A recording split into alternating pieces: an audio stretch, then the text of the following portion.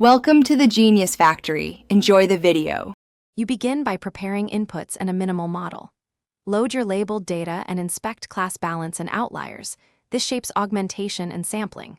Once done, normalize features and encode categories so gradients behave predictably. You choose a baseline architecture, a simple MLP or small CNN with initial hyperparameters like learning rate and batch size. Make sure to separate a validation split and use a reproducible seed. These first steps get training to converge and avoid wasted cycles. You now run iterative training while controlling optimization and feedback.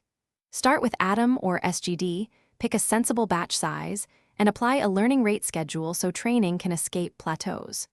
Once done, log training and validation loss, accuracy, and class-wise metrics. Visualize curves to spot divergence.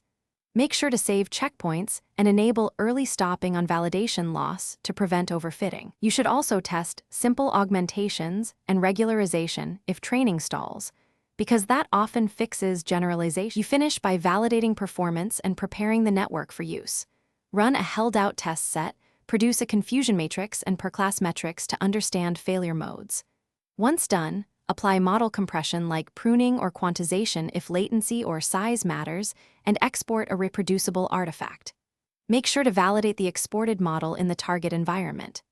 If things go wrong, inspect label quality, data drift, and gradient magnitudes first.